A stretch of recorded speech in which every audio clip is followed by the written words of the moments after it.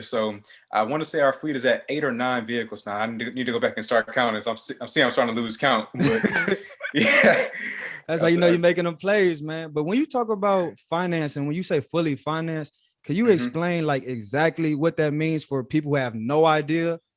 Yeah, for sure. So when we go to a bank, what we would say is that, hey, I want to get approved for an auto loan. And what the bank would do is give you a pre-approval letter. Mm, And that pre-approval letter may have any number on it based on your credit and based on your income, your credits, the main things that they're looking at. If you have a mm, decent income and you don't have a lot of debt to income is what they call it, DTI, yeah. meaning that you don't have a lot of debt that's already on your credit. That means that you may have a strong credit backing, especially if your credit account is like already good. Like if your credit history is showing that you've made on time payments in the past, it's showing that you don't have a lot of debt racked up already, Mm. then you're very bankable. So now you can go to a bank and say, hey, I want to get this loan, and they will give. What's up, my fly folks out there? How y'all doing? I hope y'all doing all right. Welcome to FYI FLI the Podcast. My name is Hassan Thomas, aka the kid that did. And I'm here with the big General Remy G. How everything going, bro? Man, everything going good, Brody. I'm excited for doing my first guest interview today. Yes, sir. Yes, sir. I'm glad you said that because today I really wanted to bring on a guest who could give us a simple how to buy a car 101. You know, the basics. Yeah, because I'm looking to make my first major purchase fresh out of college by buying a new whip. But before we jump in and all that, tell us a little bit about yourself and your Turo plays, bro. Yes, sir, man. So I guess first introduce myself. My name is Marlon Walls. I'm actually a rental car fleet owner as well as a podcaster myself, Money Monopolizers Podcast, where we just teach financial literacy and generational wealth building to people that look like us, came from similar backgrounds or worse backgrounds, to show that they can do it too. As far as my start in Turo, we actually had interviewed a guy on a podcast who introduced the rental car play to us. And after we talked to him about it, I was like, man, I really want to get into this business. And Mm. so back in August of last year, we bought our first vehicle. It was a 2016 Nissan Sentra. We just fully financed it in my personal name. And we went to the dealership. We were able to get the vehicle, and we rented it out on Hire Car at the time. Hire Mm. Car is another platform similar to Turo, but it caters to Uber and Lyft drivers. And so we spent the rest of the year actually on that platform alone. We only had that one vehicle from all of 2020. And then in January of 2021, I was like, man, I'm doing way too much. I'm like trying to do too many different industries, trying to get into too many different businesses. I need to really focus. So Mm. my goal for 2021 was to say, let's pick a business and focus. And for me, that was the rental car business. So in January of 2021, I purchased the second vehicle, same thing, financed it fully in our personal name. And then February, I bought another one. In March, I got one more. And then got two in April. And then now we're at 8 vehicles. We actually just purchased one yesterday. It was a Hyundai Sheesh. Sonata. So I think we're Okay, at that's my eight, call either right eight or there. nine. The I'm Sonatas. sorry. The Sonatas, the Yeah. truth. Yes, sir. So I want to say our fleet is at 8 or 9 vehicles now. I need to go back and start counting. I'm seeing I'm starting to lose count. But yeah, That's how that's you know you're making them plays, man. But when you talk about financing, when you say fully financed, can you mhm. explain like exactly what that means for people who have no idea? Yeah, for sure. So when we go to a bank, what we would say is that, hey, I want to get approved for an auto loan. And what the bank would do is give you a pre-approval letter.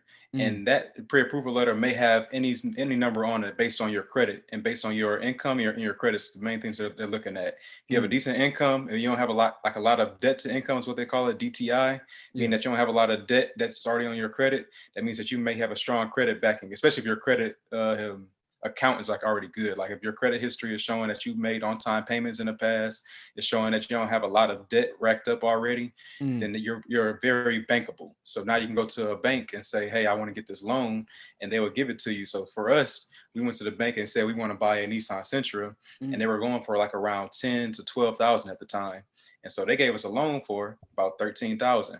And now we can go to the dealership and say, hey, I'm already got pre-approved with a bank, and they're going to loan to up to 13,000. So there's no issue with me being able to get a vehicle. Actually, I'm gonna take that back. I don't tell mm. them how much I've been pre-approved for.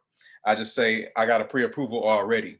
So now if they ask for it, that's a different story. But I'm just gonna say I have a pre-approval, because if you tell them you're a number, then they may try to get you at your number. So we walked out the door paying, I think, $11,400 for that first Nissan Sentra. We're not gonna tell them that we have 13,000 in pre-approval, because they may want to try to get us to 13,000. I don't want to pay that much. So I just want that 11.4. So that's basically so fully financing is basically not paying anything out of pocket though. So because we had great credit, we don't necessarily have to put money down, because putting money down is like your skin in the game that shows the bank that I may not have the best credit, but I'm putting my personal money up to show that I'm committed to this loan. If I have great credit, the bank trusts me enough to say that I'll lend you all this money. You don't have to cover any of the vehicle costs. We'll cover it all. And we just trust that you're going to pay us back because you have a history of on-time payments in the past. Okay. I was about to say, I'm glad you said that, because now my bank is financing the vehicle 100%, no down payment needed, at a 12% rate. Are there any out-the-door fees I should expect that we're looking out for? Because I know the sticker price is usually never what the final price is. Man, so I had heard two things. One was the 12% rate. That's actually pretty high considering the current market we're in, where the interest rates are low as like 1.9%. But it's honestly, it's okay to have that. I would actually recommend like just checking out different banks, especially like the smaller credit unions. And before, sometimes you can actually go to their website and see what rates they offer. But that'll be like the best case scenario. So it is dependent on your credit. If your credit is like so, then you may get a higher rate, but still get fully financed. And I would say that actually is just part of the game. If you pretty much start where you are, you don't have to start with the best rate to get into the game, but you can get there based on building up your credit through on-time payments. And now going back to your question though, the sticker price you see on like the websites or that you see when you go into the actual dealership itself is more times than not, I would say 10 times out of 10, not going to be the price that they're going to offer you when you first try to sign the agreement saying I'm purchasing this car. Because at bare minimum, they're going to add in what's called taxes, title, and license. So it's like the licensing fee, the taxes for the vehicle that's based on the taxes rate in your area, or the sales tax in your area, and then they're gonna have like doc fees and stuff like that. So those are like standard. You're gonna always have those. It's called TTL, tax, title, and license. Now, what's negotiable, and you have to be very adamant about this and forthcoming about it before you even go to the dealership. We always tell them, I do not want dealer fees. And I'm specific too. I don't want any tinted windows. I don't want any nitrogen in my tires. I don't want Apex. I don't want any dealer package that cleans out the whole vehicle. So that's things they would probably do without asking you. Yes. So every time when they first give you their first offer, the offer price is more times than not going to be 4,000 to 5,000 more, especially like for economy cars. I'm talking about like the standard Nissan Sentras. The one we saw got for 11.4. It might have been listed at like 10,900, and their first offer to us was probably around 14,000. Makes sense. Just because they tack on all these dealer fees. But so now we actually call the dealership before we ever even leave the house and say, hey man, I saw on Auto Trader or cars.com that you had this car that you had listed for this X amount. It's listed for 11,000. And I want to check it out. Like I want to come check it out and everything. And like, oh yeah, man, come on in. We love to have you in. Yeah, I love to be there too. But I want to let you know one thing though, before I can come in there. Do y'all offer any dealer fees? Like, do y'all have the Apex that y'all offer in there? Apex is like GPS tracking and stuff. Do y'all have any? Do you have Apex? Do y'all have nitrogen in your tires? Do y'all have tinted windows? Oh yeah, we usually offer that stuff too on top. I don't want any of that. Yes, I'm good on all that. If y'all, when I walk in here, I want the base price plus taxes, title, and license. If I don't get those, or if we can't come to that agreement before I even get into the office, I'm not even coming. I'm not wasting my time. Facts. Because I'm telling you right now, I don't want that stuff. And that is literally how the dealerships make the bulk of their money. That plus like there's a whole bunch of other add-ons that they add on afterwards, like warranties and things like that. And they just continue to add on the costs, just packing them on, and now they just making a killing off of anybody who doesn't know beforehand what to look out for. It's not saying to be scared, but just be mindful that these are coming up and know how to work around them when they do. Definitely.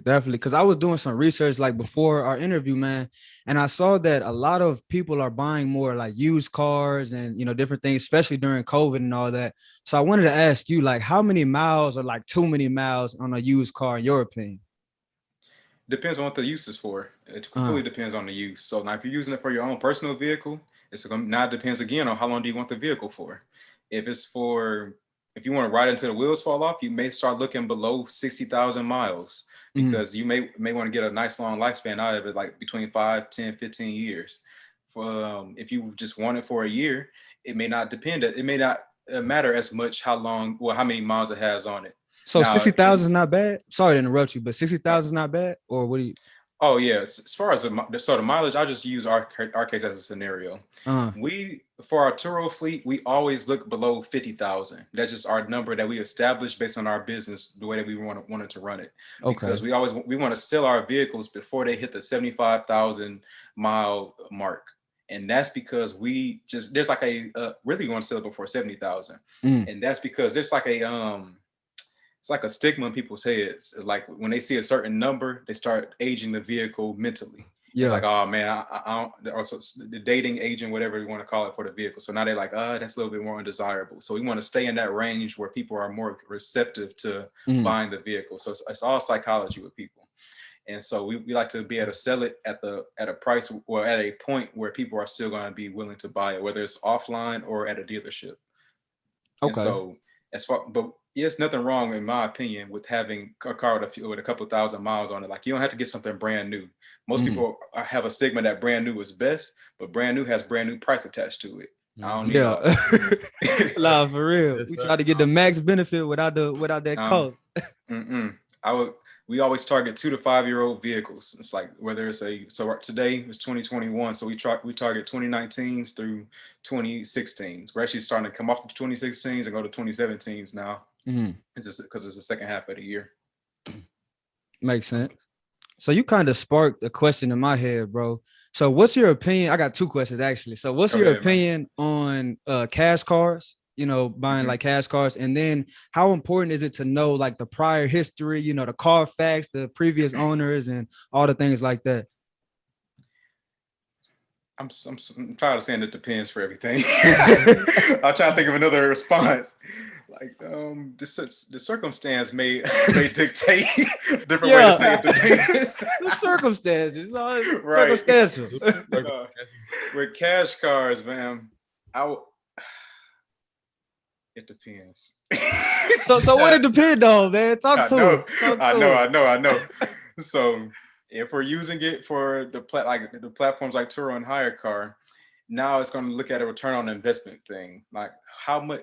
Because if I'm putting up a lot of money, like I said with the other cars that we're financing, Yeah. I'm not coming out of pocket. I'm not coming out of pocket anything to get those cars, and Mm, so that means that I'm essentially getting an infinite return on investment. Because if I don't put any money up, but I get money out, that's at a simplest case, infinite return on investment because yeah. the business is still generating me money. If I buy a cash car, now I've put money up. So now my new question is, what is my return on investment and what is the Okay. lifespan of the vehicle itself? Because I want this, if I'm gonna put up money, it should pay for itself in full within the first year. Mm, And then after that, it should still continue to be able to pay me off for a couple years and hold its value based on what I bought it for.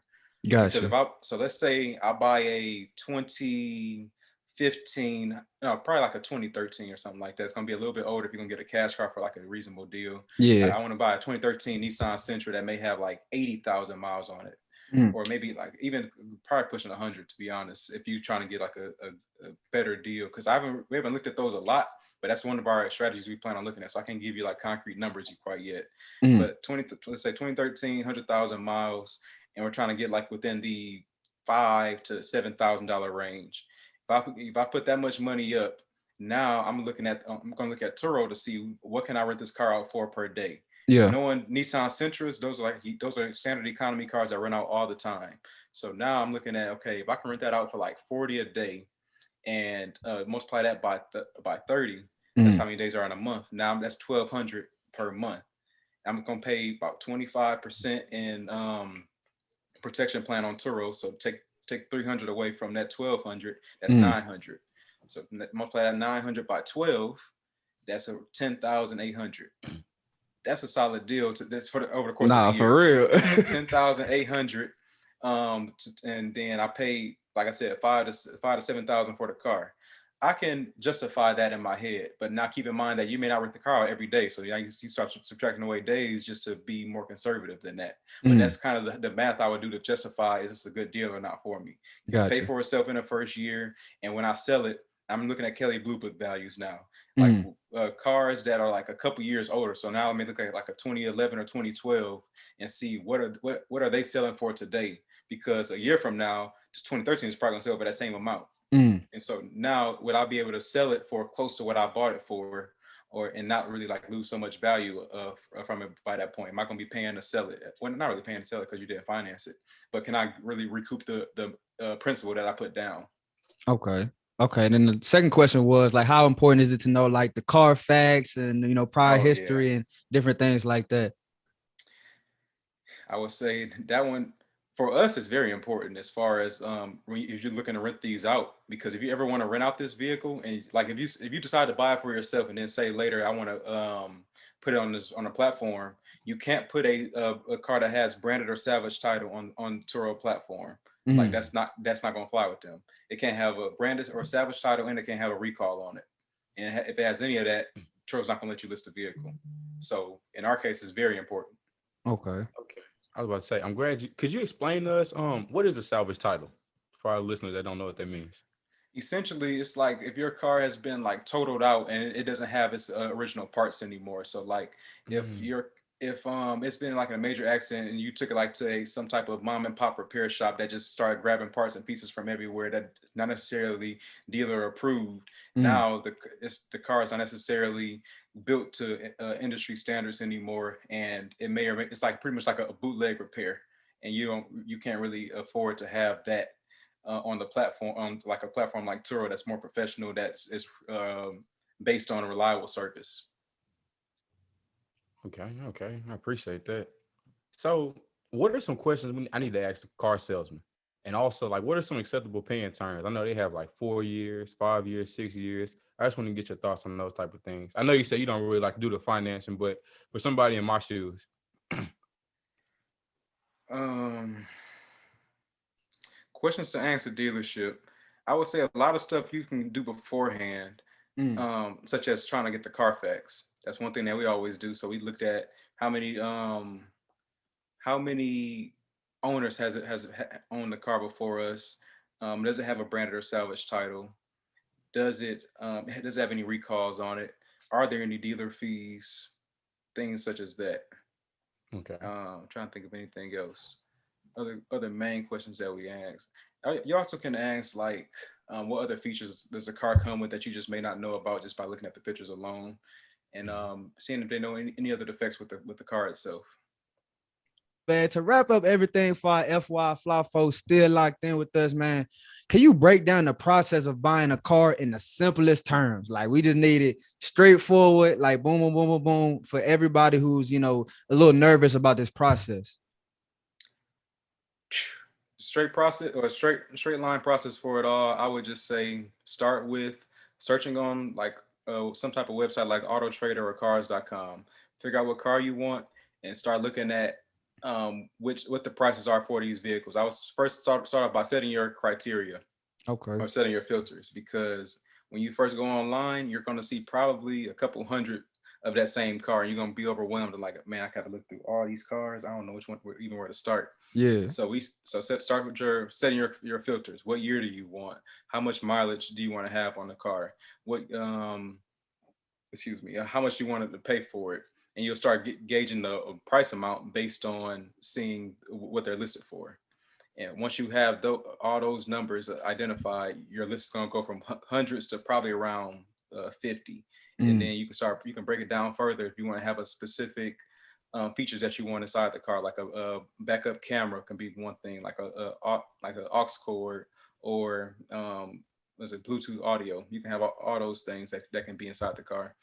Once you have all these filters set, now you can start seeing a few cars. Now you can make your selection based on those, and they usually have what's called like a great price, good price, and fair price that'll be attached to these different listings. And that's pretty accurate as far as like knowing if you're getting a good deal or not. If you're going a financing route, understand that some dealerships have their own requirements and that they may require that you buy from a reputable dealer. And so reputable dealer means like you can go to a Nissan dealership, a Toyota dealership, a Honda dealership, but you can't go to 123 Auto on Main Street or something like that. And because they're like, that's just a mom and pop dealership that is not necessarily a certified dealer. And you can also ask like your bank, will you finance at this dealership if they want to know that question, the answer to that question. And sometimes they will, sometimes they won't. But 123 Auto, they probably not gonna finance over there. But once you have all that identified, like I said, call the dealer up, say I want to come check out this car, and let them know your criteria. I'm not looking for no tinted windows. I don't want no nitrogen in my tires. I don't want the full dealer cleanup package. I want all that. Just want the standard car, tax title, and license. If they can't get with that, move on to the next one on your list, and just keep on working with it until you find what you're looking for. Go out there and check it out. If you see any defects, like on the vehicle itself, just know that that's negotiable. That's something that you can negotiate your price down even further. If I see a scratch on the rim, we have to talk about that. We can, we can work with that. If I see if there's any deficiencies in the car, I'm looking at it with a fine-tooth comb. I want to see anything possible that can help me bring the price down even more, and then we can negotiate from there. Okay. But my thing is stick to your numbers, bro. Like, know what you want before you walk in the door, and don't settle for less. Okay, that's a bet. That's a bet, man. Thank you so much for joining us on FYI FLI Podcast.